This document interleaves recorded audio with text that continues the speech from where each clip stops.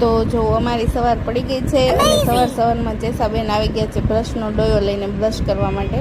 તો બ્રશ કરે છે અને જો બધાને જય શ્રી કૃષ્ણ. અને હવે હું લાગી ગઈ છું મારા કામે. તો સવારમાં અમારું જે સ્પેશિયલ ઘરની હોટેલ છે ચાલુ થઈ ગઈ છે અને એમાં આજે બન્યા છે ઢોસા.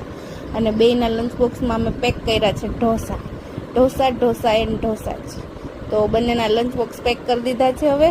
અને ફટાફટ હવે અમે પાણી ભરી દઈશું, કારણ કે બેને પાણી પીવા તો જોશે જ. તો જો પાણી ભરાઈ જાય એટલે બોટલને આવી રીતના બંધ કરી દેવાની, જો કે બધાને આવડે. અને પછી અમે ભણતરનો ભાર લઈને ચાલ્યા છીએ સ્કૂલ તરફ.